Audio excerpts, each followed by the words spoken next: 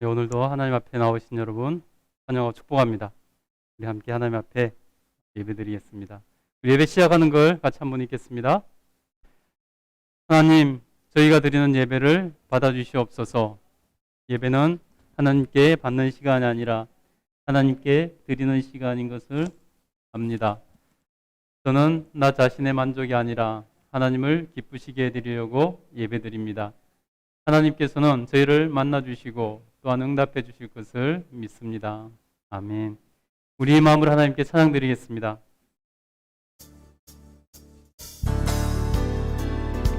우리에게 참된 승리를 주시고 우리를 기쁨의 은혜의 강가로 인도하시는 그 영광의 주님 앞에 우리의 삶과 온 전심을 다하여서 주님 앞에 경배와 찬양합니다.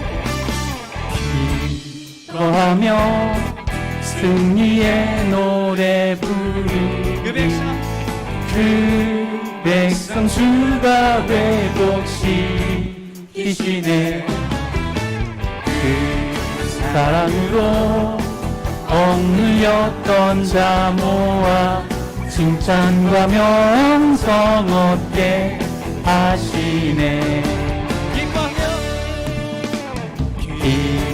기뻐하며 승리의 노래 부르리 그 백성 주가 회복시키시네.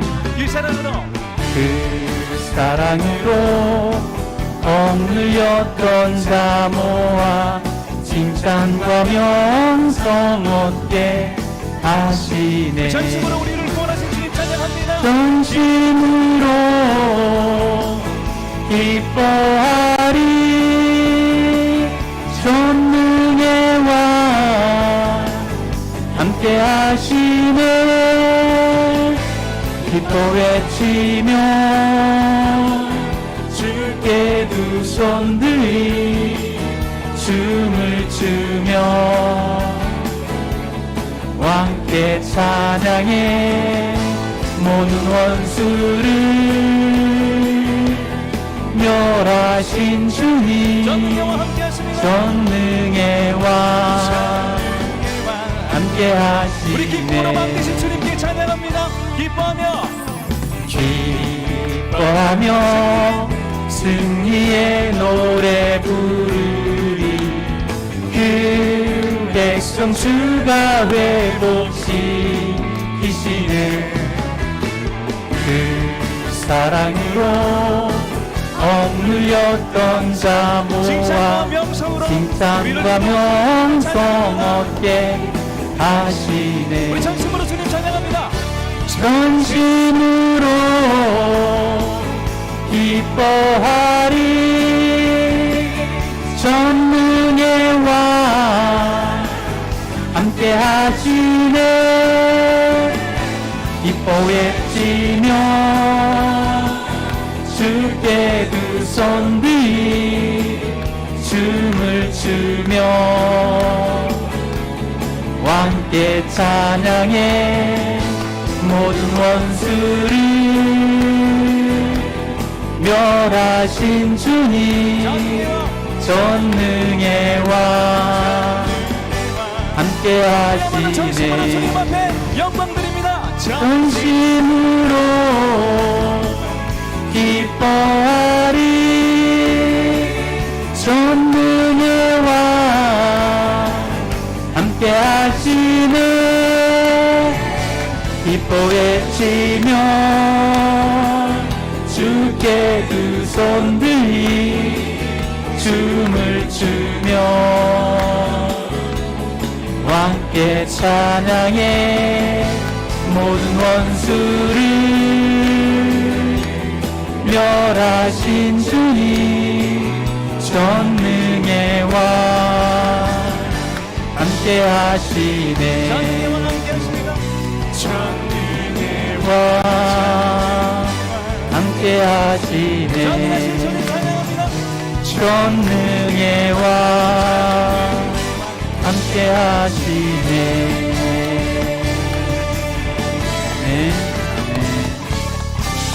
기쁨으로 전심으로 주님을 찬양합니다. 주님 영광 받으시옵소서. 같이 박수하면서 찬양하니까 좋네요. 우리 같이 한번 자리에 기립하셔서 오늘 우리 가운데, 우리 예배 가운데 성령의 놀라운 기름을 부어주실 우리 그 하나님을 기대하시면서 우리 박수 치시면서 찬양합니다. 성령이여, 성령이여 내 영혼을 충만케 하소서. 내 속에 강물이 넘쳐나게. 성령이여, 성령이여 내 영혼을 충만케 하소서. 내 속에 강물이 넘쳐나게. 오 성령 하나님, 날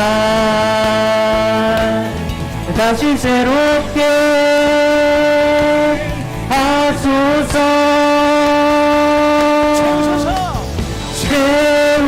채우소서. 내 영혼이 세상으로 다 이기고 다시 주를 닮아가도록 채우소서. 내 영혼이 세상 이로 다 이기고 오직 주만 나타내도록. 아멘. 성령이여 내 영혼을 충만케 하시옵소서.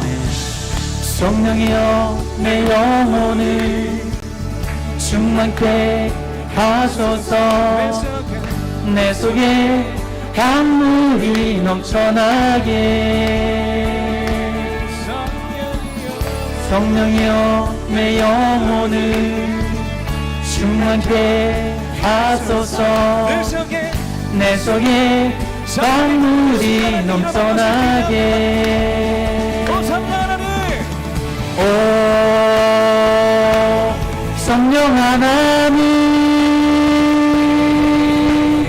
날 다시 새롭게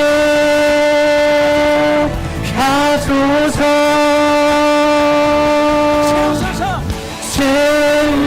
채우소서.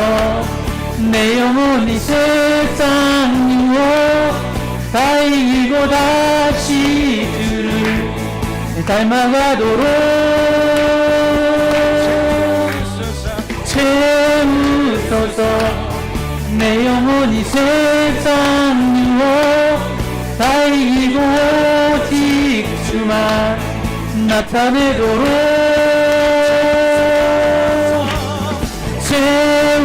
채우소서.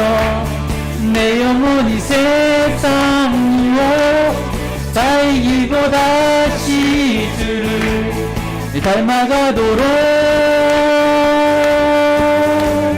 채우소서.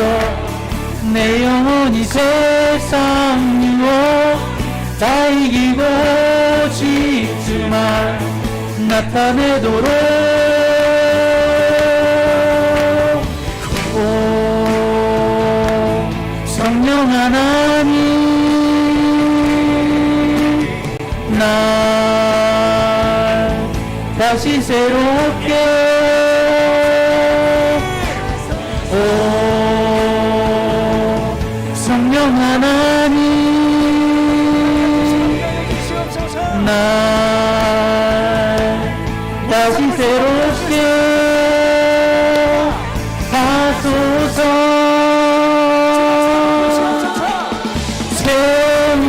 채우소서. 내 영혼이 세상 이로 다 이기고 다시 주를 닮아가도록 채우소서.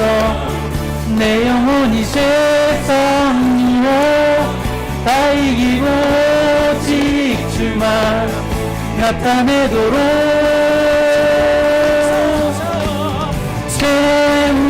채우소서.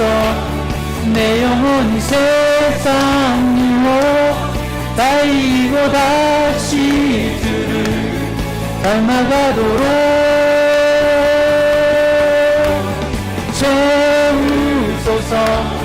내 영혼이 세상 이로 다 이기고 지지만 나타내도록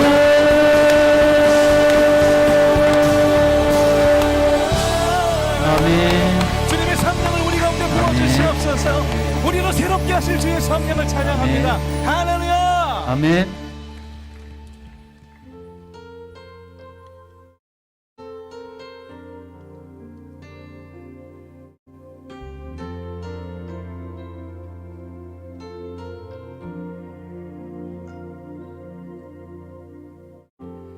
따스한 성령님 마음으로 보내 내 몸을 감싸며 주어지는 평안한 만족감을 느끼네.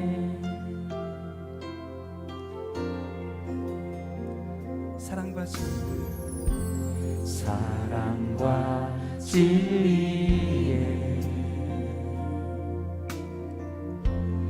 한 줄기 빛보내 내 몸을 감싸며 주어지는 평안한 그 사랑을 느끼네. 부르신 곳에서 나는 예배하네. 어떤 상황에도 나는 예배하네.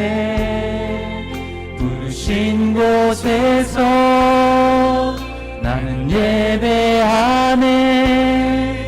어떤 상황에도 나는 예배하네.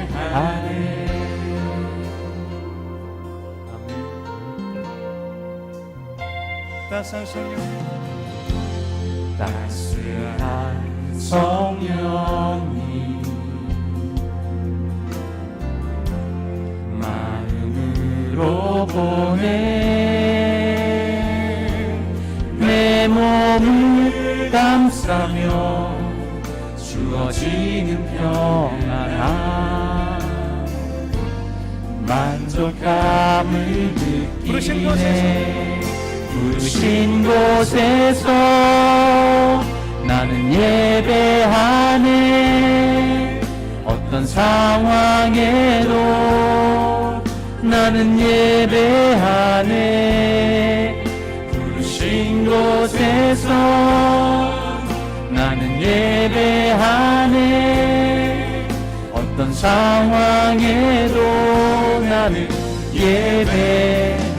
내가 걸어갈 때 길이 되고 살아갈 때 삶이 되는 예배. 내가 걸어갈 때 길이 되고 살아갈 때 삶이 되는 그곳에서 예배하네. 내가 걸어갈 때 길이 되고 살아갈 때 삶이 되는 그곳에서 예배하네. 내가 걸어갈 때 길이 되고 살아갈 때 삶이 되는 그곳에서 예배하네. 내가 걸어갈 때 길이 되고 살아갈 때 삶이 되는 그곳에서 예배하네. 부신 곳에서 난 예배하네. 어떤 상황에도 나는 예배하네. 부신 곳에서 나는 예배하네. 어떤 상황에도 나는 예배하네. 부르신 곳에서 부신 곳에서 나는 예배하네. 어떤 상황에도 나는 예배하네. 부르신 곳에서 곳에서 나는 예배 안에 어떤 상황에도 나는 예배 안에. 아멘. 우리 신앙 고백하겠습니다. 나는 전능하신 아버지 하나님 천지의 창조주를 믿습니다. 나는 그의 유일하신 아들 우리 주 예수 그리스도를 믿습니다. 그는 성령으로 잉태되어 동정녀 마리아에게서 나시고 본디오 빌라도에게 고난을 받아 십자가에 못 박혀 죽으시고 장사된 지 사흘 만에 죽은 자 가운데서 다시 살아나셨으며 하늘에 오르시어 전능하신 아버지 하나님 우편에 앉아 계시다가 거기로부터 살아있는 자와 죽은 자를 심판하러 오십니다. 나는 성령을 믿으며 거룩한 공교회와 성도의 교제와 죄를 용서받는 것과 몸의 부활과 영생을 믿습니다. 아멘. 교동문 95번 교독하겠습니다. 교동문 95번입니다. 내가 사람의 방언과 천사의 말을 할지라도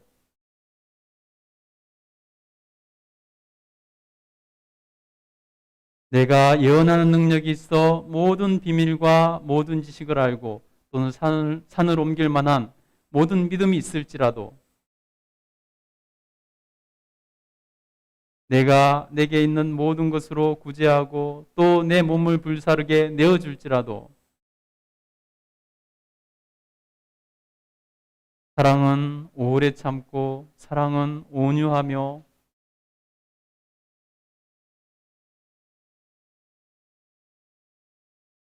무례히 행하지 아니하며 자기의 유익을 구하지 아니하며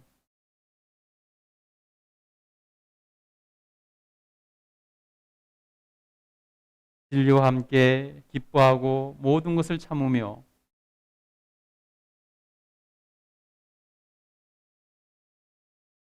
사랑은 언제까지나 떨어지지 아니하되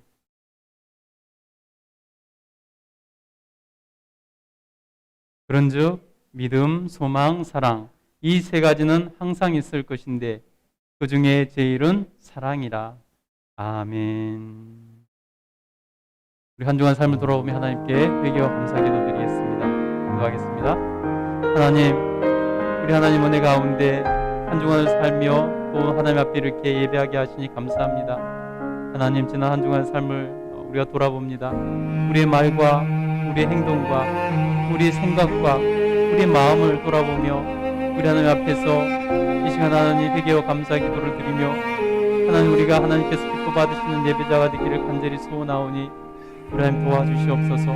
하나님 깨닫게 하시고 생각나게 하사 우리의 죄를 회개할 때 하나님께서 용서하여 주시고 우리가 한 드리는 예배를 주님 기뻐 받아 주시옵소서.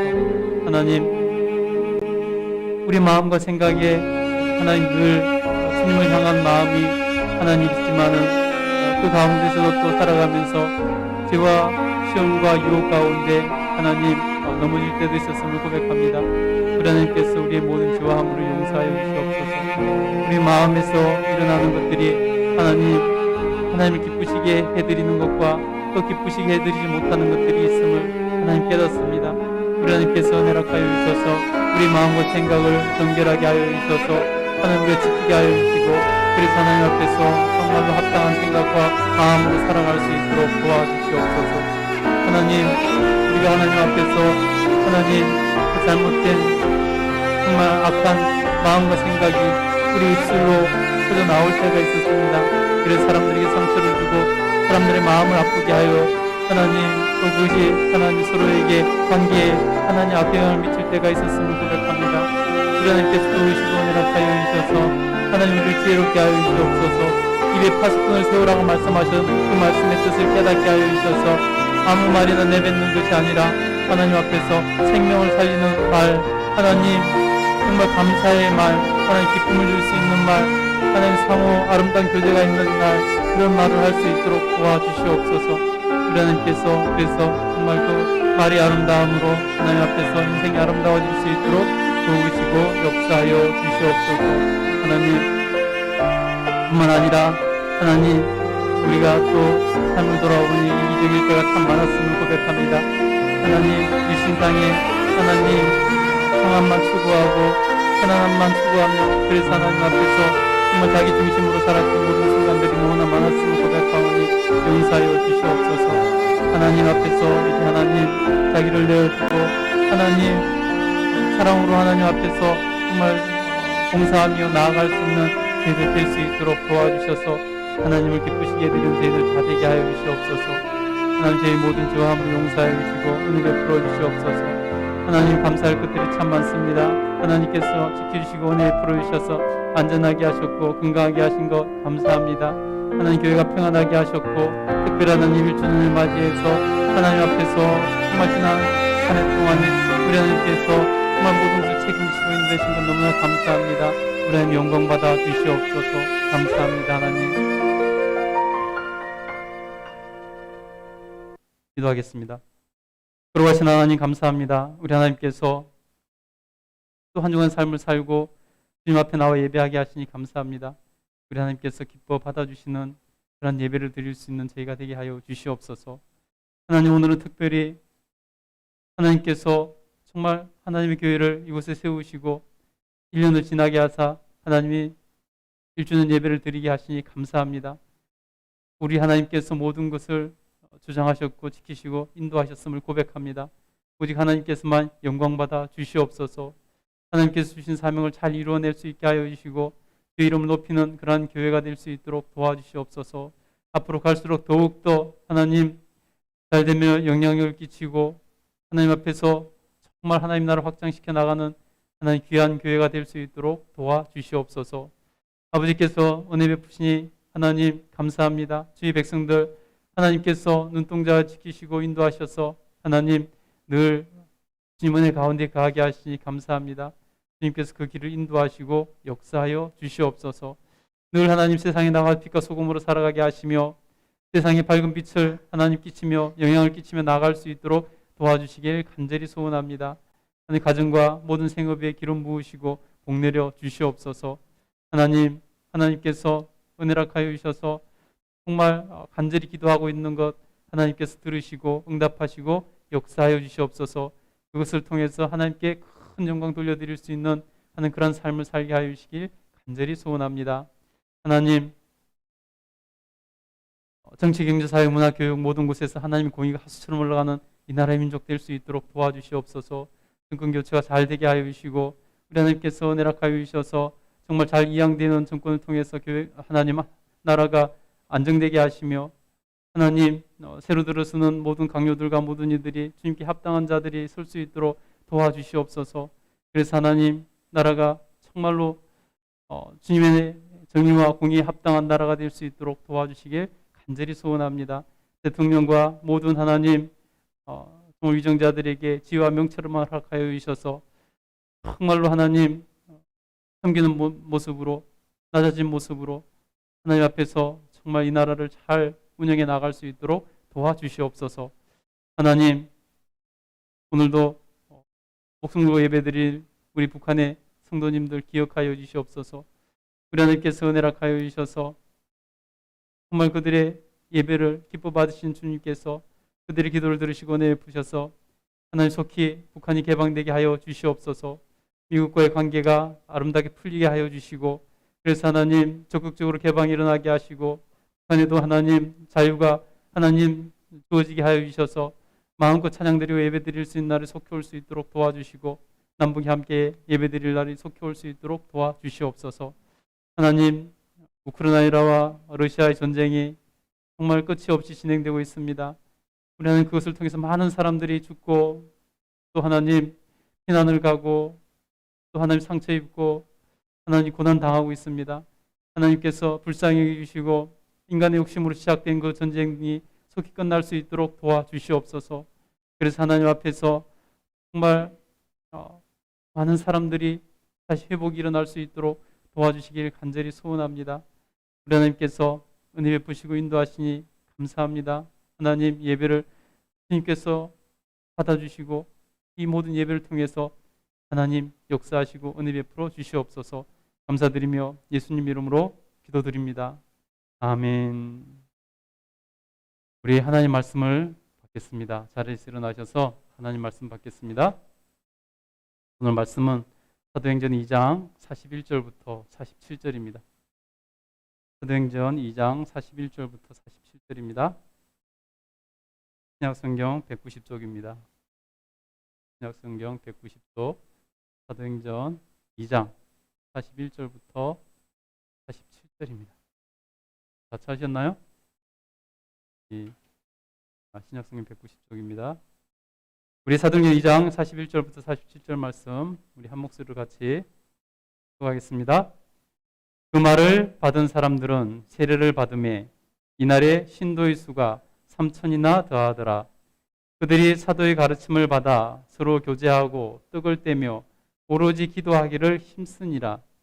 사람마다 두려워하는데 사도들로 말미암아 기사와 표적이 많이 나타나니 믿는 사람이 다 함께 있어 모든 물건을 서로 통용하고 또 재산과 소유를 팔아 각 사람의 필요를 따라 나눠주며 날마다 마음을 같이하여 성전에 모이기를 힘쓰고 집에서 떡을 떼며 기쁨과 순전한 마음으로 음식을 먹고 하나님을 찬미하며 또 온 백성에게 칭송을 받으니 주께서 구원받는 사람을 날마다 더하게 하시니라. 아멘. 자리에 앉아주시기 바랍니다. 우리 서로 축복하겠습니다. 우리 찬양하며 축복합니다. 주의 사랑으로 사랑합니다. 주의 사랑으로 사랑합니다. 주의 사랑으로 사랑합니다. 형제 안에서 주의 영광을 보며 주의 사랑으로 사랑합니다. 주의 사랑으로 사랑합니다. 주의 사랑으로 사랑합니다. 자매 안에서 주의 영광을 보며 주의 사랑으로 사랑합니다. 우리 환영합니다. 축복합니다. 우리 서로 축복하겠습니다. 예. 잘 오셨습니다. 오늘 예배하시는 여러분에게 우리 하나님께서 놀라운 은혜로 함께 해주실 줄 믿습니다. 아멘. 오늘은 우리가 사도행전 2장 41절부터 47절 말씀을 통해서 첫 1년의 은혜를 감사하며 첫 1년의 은혜를 감사하며 새 마음으로 사명을 이루자라는 제목으로 은혜를 나누고자 합니다. 예. 간절함과 기도로 작년 5월 첫 주일에 이곳에서 우리 교회가 예배를 시작했습니다. 예, 그래서 이제 올해 5월 첫 주가 되었으니 1주년 예배를 드리는 거죠.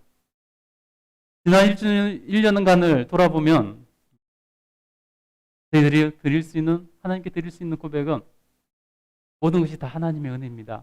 하나님께서 다 하셨습니다. 라고 고백할 수밖에 없습니다. 정말 저희는 힘이 없고 저희는 무능하지만은 하나님께서 여태까지 책임지셨고 인도하셨습니다. 하나님께서 우리 교회를 책임지고 계십니다. 우리 하나님께 감사합니다. 그래서 우리 하나님께 영광 박수 한번 돌리겠습니다. 예, 감사합니다 하나님. 예, 우리 하나님께서 우리에게 박수를 받으신 줄 믿습니다. 하나님께서 그렇게 은혜를 베풀어 주셨고 또 하나님께서 많은 사람들을 통해서 역사하셨습니다. 기도와 헌신으로 수많은 동역자님들이 함께해 주셔서 지금까지 올 수 있었죠. 심지어 얼굴도 모르는 분들이 함께 동역해 주셔서 그래서 너무나 감사하고 힘이 되었습니다. 참으로 하나님의 교회는 하나님께서 책임지신다는 것을 한 해 동안 뼈저리게 느끼는 그런 감사한 시간이었습니다. 1주년을 맞이하면서 그래서 지금도 기도와 물심양면으로 동역해주고 계시는 수많은 동역자님들에게 감사를 드립니다. 코로나19 상황 가운데서도 하나님께서 개척하게 하셨고 또 코로나19 상황 가운데서도 하나님께서 많은 분들을 불러 모아서 연합하여 한 교회, 하늘 가족이 되게 하셨습니다. 이 자리에 앉아 계시는 우리 오교회 하늘 가족 여러분, 정말로 여러분 축복합니다. 하나님께서 정말로 불러 모아 주셨고 한 가족 되게 하셔서 우리 오교회 하늘 가족으로 만들어 주셨습니다. 우리가 정말로 하나 되어서 건강한 교회를 만들어가고 그리고 나아가서 이 작은 발걸음을 내딛는 것이 하나님께서 들어 쓰셔서 큰 일을 행하게 하실 줄로 하나님께서 역사하실 줄로 믿습니다. 사실 코로나 상황 가운데서 이렇게 모이는 것은 사실 기적이었죠. 예. 모르겠습니다. 여러분이 생각할 때는 너무 적은데, 너무 적게 모이는데 이렇게 생각할 수도 있습니다. 그런데 여러분, 많은 사람들은 정말로 잘하고 있다고 생각을 합니다. 예. 그리고 먼저 개척했던 그런 분들도 이런 상황 가운데서 개척한 것이 기적이고 또 이렇게 모이는 것이 기적이라고 이렇게 말해주고 또 자기 경험들을 이렇게 통해서 볼 때 결코 작지 않다라고 이렇게 말해주고 있습니다. 여러분 힘을 내시기 바랍니다. 예, 자부심을 가질 수 있길 간절히 축복합니다. 오늘 1주년을 맞이하면서 우리는 하나님께 우리 교회에 주신 사명을 다시 한번 점검해보고 우리 교회가 왜 존재하는가? 우리 교회에 해야 될 일이 무엇인가? 하나님께서 무엇을 하기를 원하시는가? 우리가 그 하나님께서 베풀어 주신 은혜에 보답하는 길이 무엇인가 하는 것들을 우리가 좀 살펴봤으면 좋겠습니다. 하나님께서 우리 교회는 5세대 교회의 사명을 주셨습니다. 예. 제가 그동안 첫 반기에는 많이 강조를 했는데 좀 요즘 많이 말씀을 안 드려서 까먹은 분들이 참 많이 있을 것 같아요. 예. 1세대 교회는 구약의 교회입니다. 구약의 교회가 1세대 교회고 2세대 교회는 초대교회죠. 초대교회고 예수님께서 부활하시고 승천하신 이후에 사도들을 중심으로 한 기적 같은 교회, 그 초대교회가 2세대 교회입니다. 많은 핍박을 받았죠. 그러다가 3세대 교회로 넘어갑니다. 로마가 기독교를 공인한 이후에 교회가 제도적으로 자리를 잡고 하는 과정을 거치면서 이 제도화된 교회가 3세대 교회였죠. 이 3세대 교회가 또 고인물이 돼서 썩어갈 때 하나님께서 종교개혁을 통해서 4세대 교회를 일으키셨습니다. 예, 그래서 종교개혁 이후의 교회, 지금 우리 시대의 교회가 바로 4세대 교회죠. 이제 우리는 이제 4세대 교회에서 멈추는 것이 아니라 5세대 교회로 넘어가야 될 그러한 시기에 있습니다. 그래서 우리에게는 5세대 교회로 나가는 사명을 주셨습니다. 하나님께서는 언제나 교회가 고인물이 되어서 안타까운 상황에 세속화되어 가는 것을 보시면 하나님께서는 항상 개혁을 통해서 다시 교회를 정화하시고 다시 교회를 깨끗하게 일으키시는 것을 볼 수 있습니다. 우리 시대 교회는 개혁이 필요할 때가 되었습니다. 모든 사람들이 인정하는 거죠. 그래서 하나님께서 우리 교회에 5세대 교회 사명을 주신 것입니다. 여러분 우리는 굉장한 사명을 붙들고 있는 존재들입니다.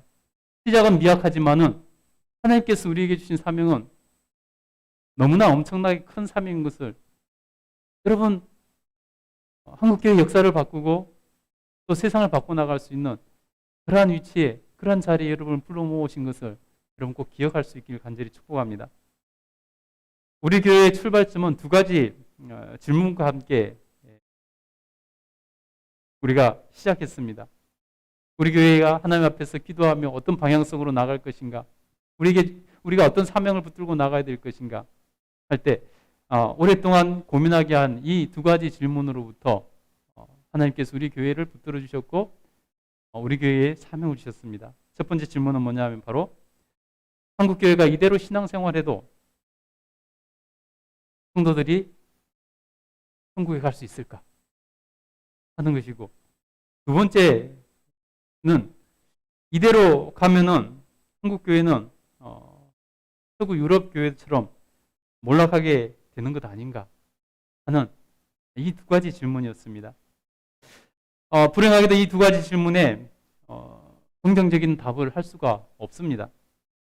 구원은 열심히 이야기하는데 실제로 천국에 갈 수 없는 교인들이 넘치는 그러한 시대에 살고 있는 거죠. 잘못된 구원관과 세속화된 그 모습 가운데서 점차 힘을 잃고 그렇게 점차 작아지고 있는 한국교회 볼 때 너무나 안타깝습니다. 그러나 그것이 지금 현실이고 그것이 우리가 헤쳐나가야 될 상황이라는 것입니다. 유럽의 교회 전체를 밟고 있는 것이 우리 한국교회의 모습이고 사실 그렇게 희망적이지도 않습니다.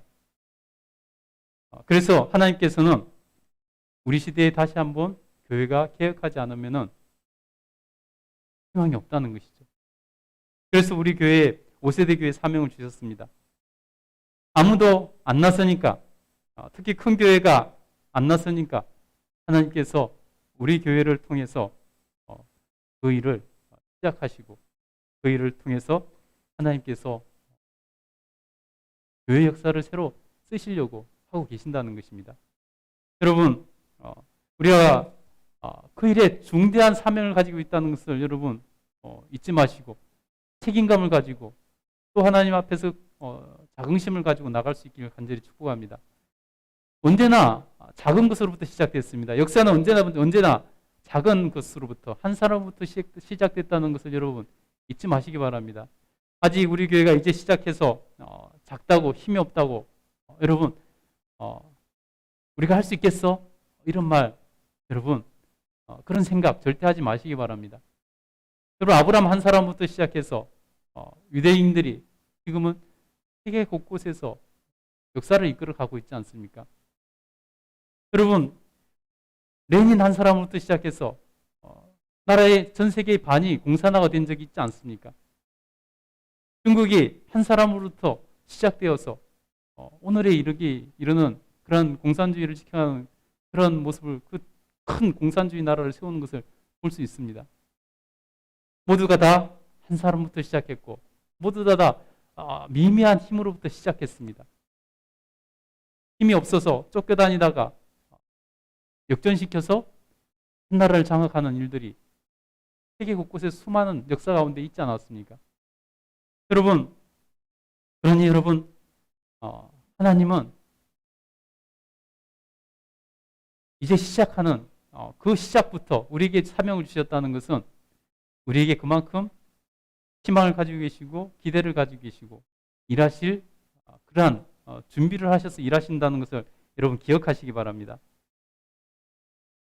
그래서 하나님께서는 우리 시대에 정말 세상을 변화시킬 수 있는 그런 교회로 우리 교회를 선택하셨고 세워나갈 줄 믿습니다. 여러분이 그 자리에 당당히 차지하고 있다는 것을 여러분 꼭 기억하시기 바랍니다. 그러면 여러분 우리가 그냥 가만히 있어도 그것이 자동적으로 이루어질 것인가? 그렇지는 않겠죠. 그죠? 우리가 그럼 무엇을 해야 할까요? 무엇을 해야지 우리가 5세대 교회 사명을 이룰 수 있을까요? 하나님께서는 이 큰 사명을 이루게 하시려고 하나님께서는 우리에게 5가지 실행적인 사명을 또 주셨습니다. 그래서 우리는 그것을 5교회 5사명이라고 이름 부릅니다.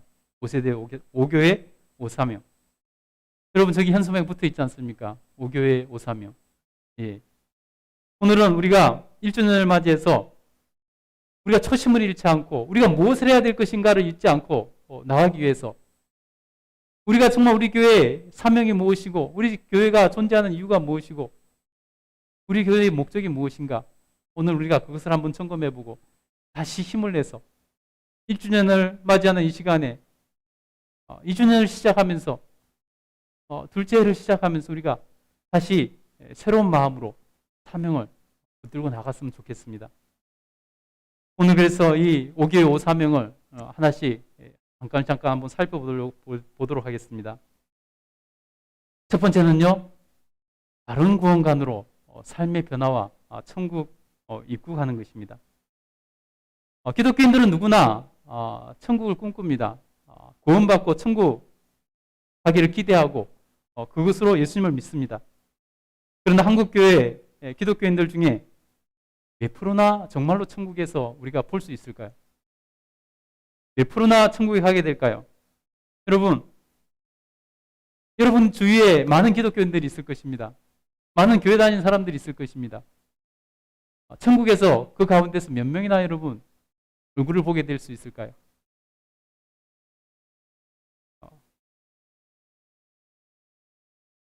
누구도 장담할 수 없고 사실 그렇게 많은 수를 보기는 어렵다고 지금 현재로는 생각을 하고 있습니다. 무늬만 그리스도인들, 잘못된 신앙으로 신앙생활하고 있는 사람들이 그만큼 많다는 거죠. 한국교회에서 이상하게 가르치고 있는 것이 있습니다. 그것은 바로 예수님을 믿으면 구원받는다고 가르치면서 그 믿음이 무엇인가, 구원받는 믿음이 무엇인가에 대해서는 안 가르치거나 잘못 가르치고 있다는 것입니다. 예수님을 믿는다는 의미가 무엇인지, 예수님을 믿는다는 그 믿음의 의미가 무엇인지 그것을 잘못 가르치거나 안 가르치니까 사람들이 잘못 알거나 오해하고 있다는 것입니다. 예수님을 인정하는 것이 마치 믿음이라고 가르치거나 그것을 가르치지 않아서 또 그렇게 인식하도록 만드는 것을 봅니다. 여러분 제가 하는 말 잘 생각을 하셔야 돼요. 예수님을 인정하는 것이 믿음이라고 가르치거나 예수님을 하나님의 아들로 메시아로 깨닫고 인정하는 것이 믿음이라고 가르치거나 또는 그렇게 가르치지는 않지만은 은연중에 그렇게 인식하도록 만드는 그런 상황 가운데 있다는 것입니다. 여러분 하나님에 대해서 예수 그리스도에 대해서 성령님에 대해서 누가 가장 잘 알까요? 누가 가장 잘 알고 있을까요? 여러분 생각이 어떠세요? 하나님에 대해서, 예수 그리스도에 대해서, 성령님에 대해서 가장 잘 아는 존재가 누굴까요? 하나님을, 예수 그리스도를, 성령님을 가장 잘 알고 인정하는 믿음을 가지고 있는 존재가 누굴까요? 여러분 아이러니하게 들릴지 모르지만은 그 존재는 바로 마귀요 귀신입니다. 하나님에 대해서, 예수 그리스도에 대해서, 성령님에 대해서 가장 잘 알고 믿는 이가 사실은 마귀라는 것입니다. 왜 그럴까요? 여러분 우리가 몇 주 전에 살펴봤듯이 마귀는 여러분 출신 성분이 어떻게 되죠? 천사였습니다. 타락하기 전에 천사였습니다. 마귀는 천사장이었고 귀신들은 그 밑에 있던 부하들이었습니다. 하나님을 배신하고 거역하고 배반해서 그들이 쫓겨나서 그들의 신분이 더 이상 천사가 아니라 하나님을 대적하는 존재들이 되어서 이름을 마귀라 부르게 된 것이죠. 여러분 마귀라 그러면 우리가 보통 그냥 잘 표현하기, 잘 쉽게 이야기하기 위해서 뿔이 나고 막 이렇게 막 이상 괴성망측하게 그리지만은 사실은 그런 존재가 아닙니다. 성경에 보면요, 마귀가 이름이 이제 신분이 바뀌었기 때문에 더 이상 천사로 부르지 않고 마귀라 불러서 그렇지, 그는 너무나 아름다웠던 존재라고 성경은 기록하고 있습니다. 뿔이 나고 막 이상망측하게 생기고 막 이렇게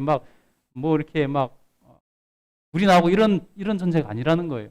우리가 그냥 이해하기 쉽게 그리다 보니까, 악하게 그리다 보니까 그렇게 한 것이지 원래는 천사장이었고 천사들이었습니다. 성경은 그들을 너무나 아름다웠던 보배로웠던 자들이라고 기록하고 있어요. 그러니 실제적으로 보면은 여러분 아담과 하와가 범죄하고 타락한 이후에 사람 형상이 바뀌었나요? 안 바뀌었잖아요. 그죠? 모양이 안 바뀌었잖아요.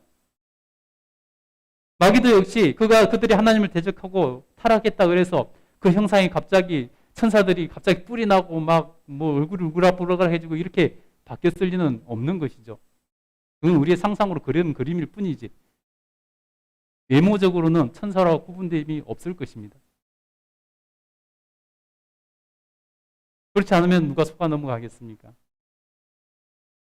여러분, 마귀는 이름만 바뀌어서 마귀가 됐을 뿐이지 원래는 천사들이었습니다. 본질적으로. 하나님을 직접 배웠고 섬기던 자들이었습니다. 그러니 하나님에 대해서, 예수 그리스도에 대해서, 성령님에 대해서 가장 잘 알고 그 존재를 믿고 인정하고 신뢰하는 이들이 그들입니다. 여러분, 그래서 여러분, 우리가 마귀를 이상하게 생각할 필요가 없어요.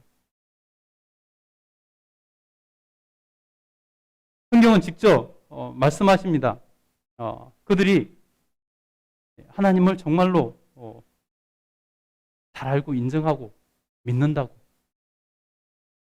하나님을 믿어요, 그들이. 그런데 하나님을 대적하고 그들은 하나님께 저주받을 존재들일 뿐인 것이죠. 하나님을 인정하고 예수 그리스도를 하나님의 아들로 인정하고 예수 그리스도를 메시아로 인정하고 믿는 것이 그래서 우리를 구원하게 하는 것이 아니라는 것입니다. 그것을 안타깝게 여긴 성경은 야고보서를 통해서 이렇게 말씀합니다. 야고보서 2장 17절부터 20절에 보면요, 이렇게 되어 있습니다. 이와 같이 행함이 없는 믿음은 그 자체가 죽은 것이라. 어떤 사람은 말하기를 너는 믿음이 있고 나는 행함이 있으니 행함이 없는 내 믿음을 내게 보이라. 나는 행함으로 내 믿음을 내게 보이리라 하리라. 말로만 믿는다고 하는 거, 그 사람들 지금 꾸짖고 있는 거예요. 행함으로 믿음을 보여야 된다는 것입니다. 그러면서 말합니다.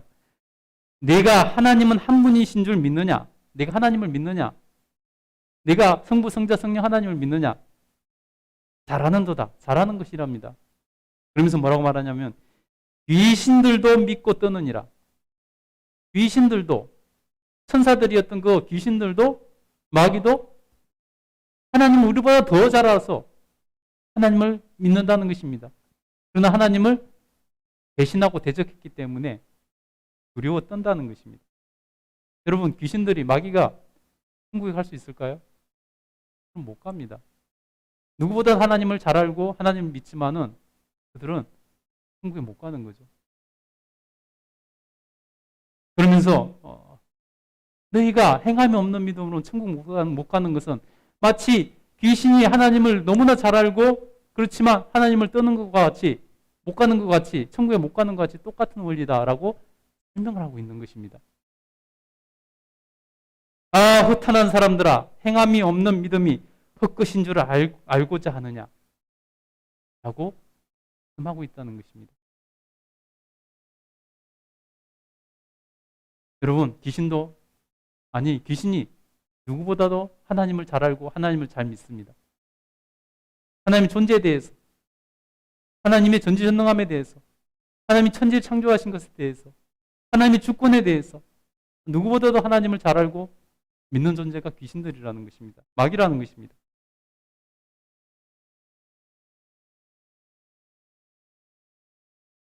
여러분, 그러나 하나님을 믿지만 그들은 하나님이 두려워서 떠는 그런 존재들이라는 것입니다. 우리에게 구원을 주시는 믿음은 어떤 믿음일까요? 내가 예수님 믿습니다 하는 믿음으로 우리가 구원받는 것이 그래서 아니라는 것입니다. 우리에게 구원을 주시는 믿음은 믿음으로 사는 믿음입니다. 믿음으로 사는 믿음. 즉, 방금 읽어드린 것처럼 말씀대로 구원받는 믿음은 그 말씀대로 행하는 믿음이 구원받는 믿음이라는 것입니다. 아마 지금까지 다른 교회에서 잘못된 그러한 가르침을 받은 분들은 아마 혼란이 올 수도 있어요. 그러나 여러분, 제가 성경 말씀을 그대로 풀고 있지 않습니까?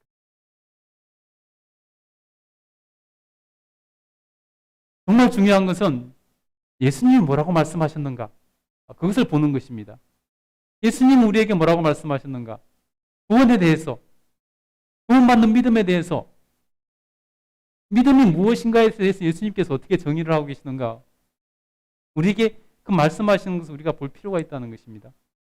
여러분, 우리가 성경을 보면서 사람들은 성경은 무효하다, 틀린 것이 없다고 말씀하니까 사람들이 성경에 대한 이해 자체를 오해를 합니다. 무효하다는 거하고 그것을 우리가 어떤 눈으로 바라봐야 된다는 거하고 다른 것인데 사람들은 그것을 혼동해요. 여러분, 성경은요, 복음서가 있고 서신서들이 있습니다. 서신서들이 우리를 혼란스럽게 하는데 사람들이 그것을 잘못 이해하기 때문이에요. 여러분, 성경은요, 복음서는 예수 그리스도께서 말씀하신 것, 예수님께서 행동하신 것, 그런 것을 제자들이 기록한 책이 복음서입니다. 서신서는 뭐냐면은 특별히 사도 바울의 서신서가 많은데 편지예요, 편지. 사도 바울이 고린도 교회에 쓴 편지는 고린도 전서, 후서, 첫 번째 쓴 편지, 두 번째 쓴 편지라는 거죠. 사도 바울이 디모데에게 편지 쓴 디모데 전서, 후서, 뭐 이렇게 돼 있는 편지들이에요. 그들이 성경을 쓰려고 사도 바울이 성경 경전을 써야 되겠다는 마음으로 이렇게 논리적으로 이렇게 써내라는 책이 아니라는 거예요. 여러분, 편지를 쓸 때 우리 어떻습니까? 여러분 친구한테나 자녀들에게나 요즘 너무 편지를 안 쓰니까 그런 것들을 이렇게 우리가 말하기가 좀 그런데 여러분 편지를 쓸 때 어떻습니까? 논리적으로 첫 번째는 이렇고 두 번째는 이렇고 세 번째는 이렇고 뭐 체계를 잡아가는 이런 글을 씁니까? 그러지는 않죠. 편지를 쓸 때는 때로는 격려의 말도 하고 때로는 책망하고 꾸짖는 말도 하고 여러 가지 내용이 그게 들어 있습니다. 그런데 그것을 이해하지 못하고 우리가 성경을 읽다 보면요, 모든 것을 다 예수님이 말씀하신 것하고 동격으로 놔버리면 안 된다는 거예요. 서신서도 주 내용은 교회들에 쓸 때나 또 개인에게 쓸 때 주 내용은 그 교회가 처해 있는 상황 가운데서 무슨 문제가 있어서 그 문제를 해결하기 위해서 쓴 내용들이 상당 부분이고요. 또 제자들에게 쓸 때도 그 제자에게 권면하는 내용들이 상당 부분입니다. 그러니까 그 편지에는 여러 가지 내용들이 담겨 있는 거죠. 그것을 이해하고 읽어야 우리가 성경을 제대로 읽는 것이고 성경이 무효하다고 이렇게 우리가 깨달을 수 있는 것입니다. 안 그러고 읽으면요, 예수님 하신 말씀하고 사도 바울이 말한 거하고 상충되게 느껴지는 부분들이 많이 나옵니다. 그 내용을 이해하지 못하고 읽으면 그렇게 되는 거예요. 그러면서 이 성경이 뭐 앞뒤가 안 맞네 이런 소리를 하게 되는 거죠. 여러분, 모든 것은 제자들이 쓴 글은 모두 다 예수님이 말씀하시고 가르친 것을 바탕으로 그 문제들에 대해서 어떻게 해결하고 풀어나갈 것인가에 대한 적용의 편지들 내용들입니다. 그러니까 기준은 뭐죠? 예수님이 뭐라고 말씀하셨는가? 예수님이 어떻게 행하시고 어떻게 가르치셨는가? 이것이 기준이라는 거죠. 서신서들은 그 상황에서 그 문제를 해결하기 위해서 그 복음에서 맞춰서 이렇게 한 부분을 적용한 그런 거에 지나지 않는 거예요, 사실은. 그래서 잘 구별할 수 있어야 됩니다. 그러면 우리가 구원받는 믿음에 대해서 예수님께서 뭐라고 말씀하셨는가? 너무나 중요한 것이기 때문에 우리가 한번 살펴보도록 하겠습니다. 여러분, 마태복음 7장 한번 찾아보세요. 마태복음 7장. 신약성경 첫 번째 장이죠. 첫 번째 책입니다. 마태복음 7장. 신약성경 7장이니까 한 9쪽 정도 될 것 같아요. 마태복음 7장 15절부터 23절 볼 텐데 중요한 부분만 제가 한번 보도록 할게요. 다 찾으셨어요? 네, 신약성경 첫 번째 책이 마태복음입니다. 네. 우리 교회는 다양한 이력들을 가진 분들이 많아서 제가 한번 어디다 맞춰서 설교해야 될지 힘들 때가 많아요. 예, 초신자들도 많고. 자, 마태복음 7장 15절부터 27절까지 제가 읽으라는 부분만 한번 읽어보도록 하겠습니다. 15절 16절 먼저 한번 읽겠습니다. 시작. 거짓 선지자들을 삼가하라. 양의 옷을 입고 너희에게 나오나 속에는 노력하는 일이라. 그들의 열매로 그들을 알지니 가시나무에서 포도를 또는 엉겅퀴에서 무화과를 따겠느냐. 20절입니다. 이러므로 그들의 열매로 그들을 알리라. 그들의 열매로 주님께서 판단하신다는 것입니다. 어떻게 살았는지, 어떤 삶을 살았는지, 어떻게 말씀을 행하고 살았는지 그들의 열매로 주님께서 판단하신다는 것입니다. 우리 21절, 그래서 예수님께서 이렇게 말씀하십니다. 21절 한번 읽겠습니다. 시작. 나더러 주여 주여 하는 자마다 다 천국에 들어갈 것이 아니요 다만 하늘에 계신 내 아버지의 뜻대로 행하는 자라야 들어가리라. 누가 천국에 들어가지 못하고 누가 천국에 들어간다고요? 여러분, 예수님을 향해서 주여 주여 하는 사람들은 다 예수님을 스스로 믿는다고 생각하기 때문에 주여 주여 하는 거죠. 예수님을 주님으로 말을 하면서 예수님을 믿는다고 생각하지도 않고 예수님을 주여 하는 사람은 없겠죠.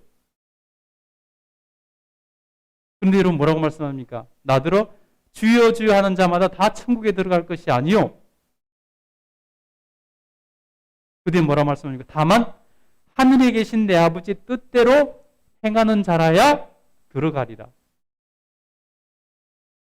천국을 들어가고 못 들어가고 심판하시는 우리 주님께서 기준을 분명히 말씀하고 계시잖아요. 그죠? 그런데 우리 시대에 뭐라고 가르칩니까? 예수님 믿어. 예수님을 주님으로 고백만 해. 그러면 천국 가는 거야. 이렇게 잘못 가르치고 있다는 것이 너무나 큰 문제입니다. 그러니 여러분 그 결과가 어떻게 됩니까? 예수님을 주여 주여 하면 천국 가는 거야? 다른 거 안 해도 되는 거야? 하나님 말씀대로 사는 것이 얼마나 여러분 힘이 듭니까? 말씀을 지키며 살아간다는 것이 얼마나 쉬운 일이 아니죠. 그럼 그렇게 살 필요 없겠네? 그냥 주여 주여만 하면 되겠네? 예수님 믿는다고 고백만 하면 되겠네? 교회만 나오면 되겠네? 그래서 무늬만 그리스도인이 되는 겁니다. 천국 못 갈 교인들이 되는 거예요. 예수님께서 분명히 말씀하셨잖아요. 나더러 주여 주여 하는 자마다 다 천국에 들어가지 못한다. 다만 하나님의 뜻대로 행하는 자라에 들어간다. 분명히 예수님께서 말씀하고 계신데 사람들은요 어떤 마음을 가지고 있냐면 어려운 거, 자기가 하기 어려운 거, 귀찮은 거, 싫은 거 그런 것은 성경을 읽으면서도 인정하지 않으려고 합니다. 더 쉬운 거 없나? 그러면서 사도 바울이 어떤 교회에 그들을 격려하기 위해서 너희들 분명히 천국 갈 줄 믿어. 이렇게 격려 한마디 한 걸 가지고 와가지고 이게 마치 복음인 것처럼 이게 기준인 것처럼 우리가 받아들인다는 게 문제라는 것입니다. 여러분이 자녀가 있다면 자녀가 열심히 공부하고 있는 자녀에게 격려를 하잖아요. 공부 조금 잘하는 자녀가 있다면 너 분명히 서울대 갈 거야. 부모가 이렇게 말하는 건 뭐죠? 진짜로 서울대 갈 것을 믿고 그렇게 말을 할까요? 그 부모가 그 자녀의 서울대 가는 것을 보장해 줄 수 있나요? 부모가 그렇게 말한다고 해서 그 자녀가 서울대 가나요? 아니잖아요. 그 말은 격려해 주는 말이고 힘을 내라고 복 뜯어주는 말이고 부모가 자녀에 대한 신뢰를 드러내는 말일 뿐이지 부모가 그렇게 말한다고 내 자녀가 서울대 가는 건 아니잖아요. 그죠? 사도 바울의 편지들에서 있는 내용들은 그런 부분들이 많다는 것입니다. 격려하는 말, 그들을 힘나게 세워주는 말. 그런데 마치 그것이 그냥 격려의 말이 아니라 그냥 예수님 말씀하신 말씀처럼 생각을 하고 예수님 말씀하신 것보다 이게 훨씬 더 쉽네? 그냥 예수님을 믿는다고 고백하면 그냥 천국 간다는 말인가? 그러면서 예수님이 분명히 나더러 주여 주여 하는 자마다 천국 가지 못한다. 오직 하나님 뜻대로 행한 자를 천국 간다 말씀하시는데 이것은 힘들어, 귀찮아. 이 말씀 뒤로 밀어버리고 이 말이 좋네. 예수님 믿으면 천국 간다네. 우리가 이런 시대에 살고 있다는 것입니다. 여러분, 그러니 교회는 천국 못 갈 사람들이 넘쳐나는 것이죠. 우리 22절부터 23절까지 한번 읽어보겠습니다. 마태복음 7장 22절부터 23절까지 한번 읽겠습니다. 자, 그날에 많은 사람이 나더러 이르되 주여 주여 우리가 주의 이름으로 선지자 노릇하며 주의 이름으로 귀신을 쫓아내며 주의 이름으로 많은 권능을 행하지 아니하였나이까 하리니 그때에 내가 그들에게 밝히 말하되 내가 너희를 도무지 알지 못함이니 불법을 행하는 자들아 내게서 떠나가라. 그날에 사람들이 주님께 따질 것이라는 것입니다. 내가 주님의 이름으로 선지자 노릇하고 주님의 이름으로 귀신을 쫓아내고 주님의 이름으로 권능을 행하지 않았습니까? 근데 왜 제가 천국 못 갑니까? 저는 주님을 위해 살았고 주님의 이름으로 살았습니다. 여러분, 주님의 이름으로 선지자 노릇할 정도면은 완전히 주님을 위해서 스스로 살았다고 생각하는 사람이죠. 주님의 이름으로 귀신을 쫓아내고 주님의 이름으로 많은 권능을 행했으니까 자기는 천국 갈 거라고 생각하고 있었다는 것입니다. 근데 왜 저는 천국 못 갑니까? 주님 앞에 따지는 거예요, 지금 심판대 앞에서. 근데 주님께서 뭐라고 말씀하신다고요? 내가 도무지 너희를 알지 못하노라. 불법을 행하는 자들아, 내게서 떠나가라. 주님 없이, 행함 없이, 주님께 인정받는 삶 없이 선지자 노릇하고 귀신을 쫓아내고 권능을 행하는 것은 불법을 행한 것이라고 말씀하고 있다는 것입니다. 난 너희를 도저히 모른다. 너희를 인정할 수 없다. 너희를 천국에 들여보낼 수 없다라고 말씀하고 있는 거예요. 무서운 얘기죠. 무서운 얘기라는 것입니다.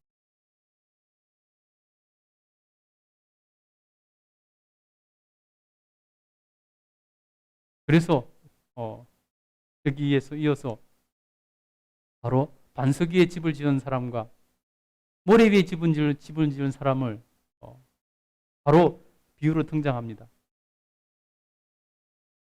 하나님 말씀대로 살아간 사람은, 행한 사람은 반석 위에 집을 지은 사람이고, 그냥 주여 주여 하고 살아간 사람은 모래 위에 집을 지은 사람이라는 것입니다.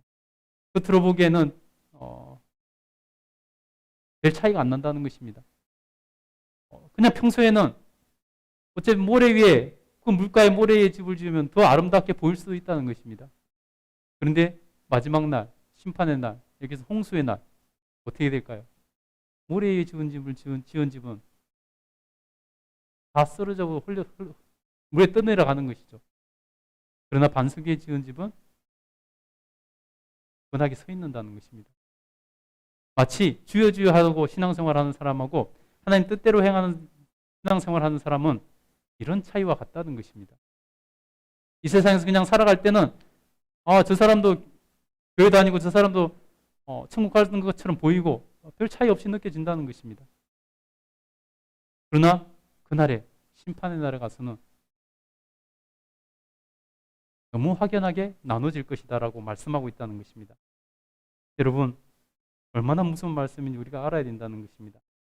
여러분, 그래서 이 잘못된 구원관을 가지고 있는 우리 시대의 수많은 교인들이, 그래서 삶의 변화가 일어나지 않고 주여 주여만 해도 구원받는다 그러니까 삶의 변화가 일어나지 않고, 그래서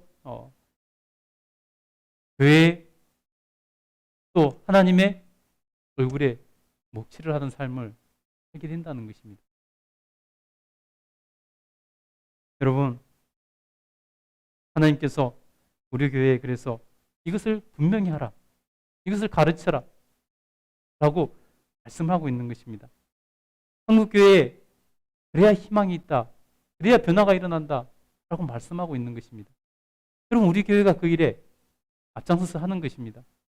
여러분이 분명히 그런 구원관을 분명히 가질 수 있기를 간절히 축복합니다. 그래서 여러분, 삶을 함부로 살지 마십시오. 주여 주여 하고 있다고 구원받지 못합니다. 하나님 뜻대로 행하는 자라야 구원받을 수 있습니다. 그래서 불신자들조차도 주여 주여 하는 그들의 삶을 보면서 기독교가 아무것도 아니네, 이런 생각을 갖게 만들었다는 것입니다. 그런 사람이 구원을 받으면 나도 구원받겠네, 이런 생각을 하게 만들었다는 것입니다. 여러분, 우리 교회 여러분들은 분명한 구원관을 가지고 천국에 입국할 수 있는 믿음으로 살아갈 수 있게 되기를 간절히 축복합니다. 두 번째, 우리 5교회 5사명은 뭐냐면 바로 자기주도형 신앙인이 되는 것입니다. 여러분, 자기주도형 신앙인이라 그러니까 자기 생각대로, 자기 마음대로, 자기 뜻대로 신앙생활을 해도 된다, 그런 뜻으로 오해하면 안 됩니다. 여러분, 자기주도형 신앙인이 된다는 것은 자기주도형 학습법을 여러분 아실 겁니다. 자기가 주도적으로 학습에 참여하고 적극적으로 찾아서 공부하는 아이들이 능률 있고 효과가 있는 공부가 된다는 것이죠. 그것을 생각하면 비슷합니다. 자기주도 학습이라 그래서 지멋대로 하라는 것이 아니잖아요. 그죠? 그래서 여러분, 우리가 수동적으로, 피동적으로 신앙생활하지 말자는 것입니다. 여러분, 교회에서 성경 좀 읽어라 그래도 안 읽습니다. 기도해야 된다 해야 된다도 안 합니다. 기도가 너무나 중요하니까 하라 그랬는데도 안 합니다. 잘못된 구원관을 가지고 있으니까 말씀을 안 읽어도 기도 안 해도 하나님 뜻을 몰라도 천국 갈 수 있다고 생각하니까 그러는 것입니다. 그러나 여러분, 아까도 말씀드렸듯이 우리의 잘못된 구원관을 고쳐야 됩니다. 그래서 우리가 제대로 된 구원관을 가지게 되면요, 성경을 읽지 않을 수 없게 되는 것입니다. 기도하지 않을 수 없게 되는 것이죠. 성경을 읽고 기도를 해야지 주님 뜻을 발견하고 주님 뜻대로 살 수 있게 되는 것이고, 그래야 우리가 다만 하나님 아버지의 뜻대로 행하는 자라 구원받는다 했으니 우리가 구원의 길로 들어설 수 있는 것이죠. 그래서 여러분, 자기 주도적인 신앙생활을 한다는 것은 내가 적극적으로 나의 구원을 책임지기 위해서 살아가는 것입니다. 여러분, 어떤 사람은 마누라 치맛자락 붙들고 천국 가겠다는 사람도 있습니다. 불행하게도 절대 그렇게는 갈 수 없습니다. 여러분, 나의 구원은 누구도 책임져 주지 못합니다. 나의 구원은 누구도 책임져 주지 못합니다. 부모님도, 자녀들도, 남편도, 아내도, 목사님도 누구도 나의 구원을 책임져 주지 못합니다. 방향을 잡아줄 수 있고 도와줄 수는 있지만은 누구도 나의 구원을 책임져 주지 못합니다. 자기의 구원은 자기가 책임져야 되는 것입니다. 하나님 앞에서 단독자로서 내가 하나님과 관계에서 나의 구원을 이루어 나가는 것입니다. 그래서 여러분, 우리는 자기주도적인 신앙생활을 해야 되는 것입니다. 내가 구원받기 위해서, 내가 천국 가기 위해서 주도적으로 내 구원을 책임지기 위해서 주도적으로 내가 적극적으로 말씀을 그럼 어떻게 될까 연구하면서 어떻게 내가 구원받을 수 있지 애쓰면서 말씀을 읽고 기도하고 묵상하며 말씀대로 살려고 애쓰는 그런 삶이 이루어지는 것입니다. 여러분이 직장에서는 조금 더 잘하려고 그렇게 애를 쓰잖아요. 주도적으로 자기의 삶을 개척하려고 애를 쓰잖아요. 열심히 공부도 하고 연구도 하고 배우러 다니기도 하고 애쓰잖아요. 근데 가장 중요한 자기의 구원을 위해서는 자기들이 주도적으로 하지 않는다는 것이 문제라는 것입니다. 그래서 여러분, 우리 교회 성도들은 자기주도적인 신앙인이 되어야 됩니다. 여러분, 누구도 나의 구원을 책임져 주지 못합니다. 조언은 해줄 수 있고 방향은 잡아줄 수 있지만 누구도 책임지지 못합니다. 스스로 하나님 앞에서 스스로 하나님과 1대1 관계에서 스스로 책임져야 되는 것입니다. 세 번째는요, 우리가 신앙 전수 시스템을 통한 온전한 신앙 전수를 이루는 것이 우리 오교회의 세 번째 사명입니다. 여러분, 지금 한국교회의 가장 큰 문제는 뭐냐면요, 사실은 신앙 전수가 안 되는 게 가장 큰 문제입니다. 세대별로 따져보면요, 한국교회 성도의 분포가 세대별로 따져보면은 어떤 세대에는 기독교인이 10%, 어떤 세대는 20%, 많은 세대는 30%인 구간도 있습니다. 주로 부모 세대들이 그렇죠. 근데 여러분, 대학생들, 청년들 같은 경우는요, 2%, 3%가 밖에 되지 않습니다. 왜 그럴까요? 이론적으로 보면 부모가 신앙생활을 하고 부모 세대가 10%, 20%, 30% 되면 자녀 세대도 10%, 20%, 30% 돼야 정상이 아니겠습니까?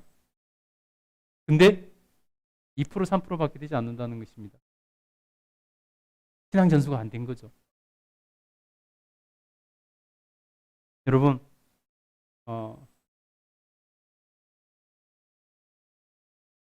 우리 부모에게 가장 큰 사명은 자녀에게 신앙을 물려주는 것입니다. 시간이 없어서 너무 간단하게 해야 될 것 같아요. 네 번째는 명문 가문을 세우는 것입니다. 여러분, 우리가 우리나라 같은 경우는 일제시대를 혹독한 시간을 보내고 또 6.25로 모든 것이 다 폐허가 되어서 먹고 사는 문제가 발부둥 치면서 많은 시간들을 보내다가 명문 가문이라는 개념 자체가 사라져 버렸습니다. 그러나 여러분, 이제는 우리나라 선진국이 되었고 먹고 살만한 나라가 되었습니다. 이제는 우리가 여러분 명문 가문을 세워나가는 꿈을 꿔야 된다는 것입니다. 하나님께서는 우리가 믿음의 명문 가문을 세우기를 바라시는 것입니다. 여러분, 우리가 명문 가문이란 분명한 목표를 세우면요, 그 가정이 달라집니다. 여러분의 삶이 변화되고요, 자녀들의 삶이 변화되는 것입니다. 여러분, 큰 꿈을 가지시기 바랍니다. 명문 가문을 만들겠다는 그러한 꿈을 가지시기 바랍니다. 특별히 청년들 더 큰 꿈을 가질 수 있기를 간절히 축복합니다. 다섯 번째는요, 속하고 싶어서 스스로 찾아오는 교회를 만드는 것입니다. 속하고 싶어서 스스로 찾아오는 교회. 여러분, 다들 그런 경험이 있을 것입니다. 어디 음식이 맛있대 맛집으로 소문내서 일부러 멀지만 차 타고 가서 찾아간 그런 경험이 있을 것입니다. 저기 시골에 있는 것도 찾아가 본 그런 사람들도 많이 있을 것입니다. 여러분, 교회도 스스로 찾아오는 그러한 곳이 되어야 되는 것입니다. 억지로 데려다가 앉혀놓으면요, 한두 주 나오다가 안 나옵니다. 교회가 천국을 맛볼 수 있는 곳이 되어야 되는 것입니다. 그러면 소문이 나고 스스로 찾아와서 교회가 성장해 나가는 것입니다. 여러분, 우리 교회는 그런 교회 되기를 간절히 소원합니다. 초대교회가 그랬어요. 오늘 본문에 초대교회 내용이 나오지 않습니까? 오늘 본문 한번 읽어보고 오늘 마치도록 하겠습니다. 사도행전 2장 44절부터 47절까지 읽겠습니다. 44절부터 47절까지 사도행전 2장 44절부터 47절까지 읽겠습니다. 시작. 믿는 사람이 다 함께 있어 모든 물건을 서로 통용하고 또 재산과 소유를 팔아 각 사람 필요를 따라 나눠주며 날마다 마음을 같이하여 성전에 모이기를 힘쓰고 집에서 떡을 떼며 기쁨과 순전한 마음으로 음식을 먹고 하나님을 찬미하며 또 온 백성에게 칭송을 받으니 주께서 구원받는 사람을 날마다 더하게 하시니라. 아멘. 여러분, 초대교회가 이렇게 모였다는 것입니다. 사람들이 그 모습을 보고 감동을 받은 거죠. 이곳이 천국이 아닌가? 내것내것 없이 이 초대교회에서 정말 가난하고 불쌍한 자들을 함께 했던 그 모습을 보고 충격을 받은 것입니다. 사람들이. 이곳이 천국인가? 그래서 스스로 모여들어서 날마다 믿는 자가 늘어나고, 우리가 앞에서 읽었듯이 41절 42절에 보면은 3,000명씩 늘어나고 믿는 자들 생기고 이랬다고 말하고 있습니다. 여러분, 여러분 주변에 교회가 아니라 다른 곳이라도 천국을 맛볼 수 있는, 천국이 경험되는 그런 곳이 있다면 여러분 스스로 찾아가지 않겠습니까? 당연히 찾아가죠.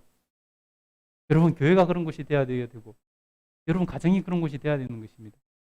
그러면 여러분 교회가 억지로 오라고 하지 않아도 스스로 찾아오고, 그래서 정말 하나님 나라가 성장하는 그런 곳이 될 것입니다. 불행하게도 코로나 가운데 우리 교회가 시작돼서 교제할 시간이 너무나 부족해서 정말 서로 천국을 경험해 시켜줄 수 있는 그러한 환경이 못 돼서 아직까지 서먹서먹하고 이런 경우가 너무 많습니다. 그러나 여러분, 이제 거리두기가 다 풀리고 이제 교회에서 식사도 해도 되고 모든 것이 다 풀렸습니다. 마스크 외에는 다 풀렸습니다. 이제는 정말 우리가 교회 안에서 서로 교제하고 서로에게 천국을 경험하고 느낄 수 있게 해주는 그러한 우리 교회 됐으면 좋겠습니다. 여러분, 소문나고 정말 하나님 나라가 경험된다는 소문이 들리면 여러분 오지 말라 그래도 오는 그런 교회가 될 줄 믿습니다. 그래서 우리 교회가 하나님 앞에서 정말 1주년을 맞이하면서 우리에게 주신 사명을 다시 한번 점검하고 정말 이제 모든 거 풀리는 이때 딱 맞게 2주년 이 두 번째 해가 시작되었습니다. 새로운 마음으로 여러분 우리가 사명 이루어갈 수 있길 간절히 소원하고 축복합니다. 기도하겠습니다. 돌아가신 하나님 감사합니다. 하나님, 우리 하나님께서 은혜 허락하여 주셔서 오늘 하나님 정말 지난 한 해를 돌아오며 첫 1년의 은혜를 감사하며 새로운 마음으로 사명을 점검하고 하나님 주신 사명을 이루어 나기를 결단하며 또 새롭게 둘째 해를 시작합니다. 아버지께서 은혜 허락하여 주셔서 정말 그동안 코로나 때문에 못했던 것들 이제 하나님 앞에서 시작하게 하시고 우리 하나님께서 은혜 허락하여 주셔서 청년부 제자훈련부터 시작해서 정말 같이 또 식사도 하고 하나님 모든 것이 다 천국이 경험되는 그러한 교회로 나갈 수 있도록 도우시고 역사하여 주시옵소서. 그래서 날마다 주님의 나라가 확장되어 나가고 우리 하나님께 영광 돌려드릴 수 있도록 도와주시옵소서. 하나님 다시 힘이 나게 해주시니 감사합니다. 힘을 내고 나갈 수 있게 하여 주시옵소서. 승리하게 하소서. 감사드리며 예수님 이름으로 기도드립니다. 아멘. 우리 찬양 드리시면서 준비하신 예물 드리겠습니다. 화면 바꿔주세요.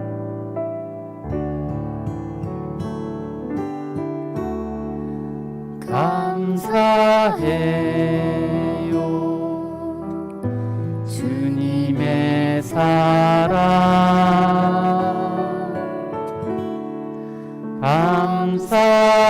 감사해요 주님의 은혜 목소리 높여 주님을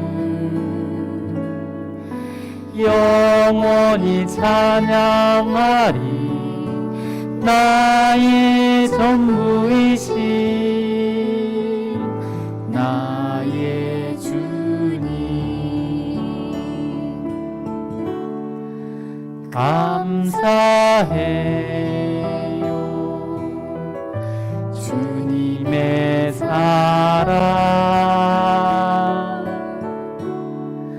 감사해요 주님의 은혜 목소리 높여 주님을 영원히 찬양하리 나의 전부이신 나의 주님 목소리 높여 주님을 영원히 찬양하리 나의 전부이신 나의 주님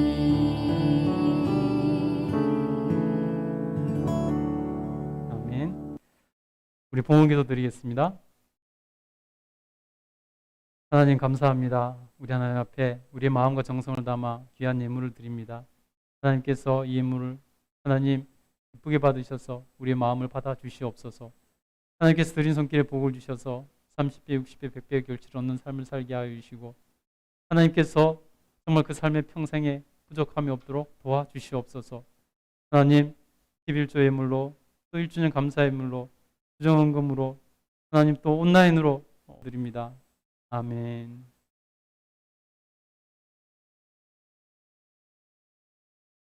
자, 교회 소식 알려드리겠습니다.